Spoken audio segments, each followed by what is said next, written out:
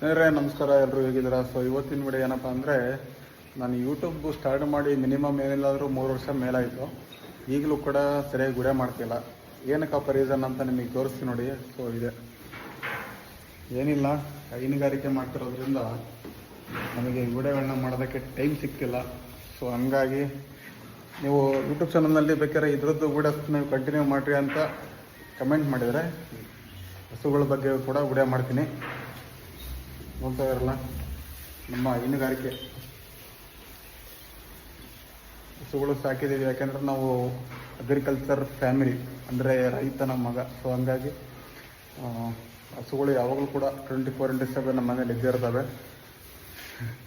ಸೇಫ್ಟಿಗೋಸ್ಕರ German shepherd ನಾಯಿ ಕೂಡ ಇದೆ. ಸೊ ಇನ್ಮೇಲೆ ಹೆಚ್ಚಿನ ವಿಡಿಯೋಗಳು ನಾವು ಅಗ್ರಿಕಲ್ಚರ್ ವಿಡಿಯೋ ಹಾಕಿ ಅಂತ ನಮಗೆ ಕಮೆಂಟ್ ಮಾಡಿದರೆ ನಾವು ಅಗ್ರಿಕಲ್ಚರ್ ವಿಡಿಯೋಗಳನ್ನ ಅಪ್ಲೋಡ್ ಮಾಡ್ತೀನಿ. ಓಕೆ, ಬಾಯ್.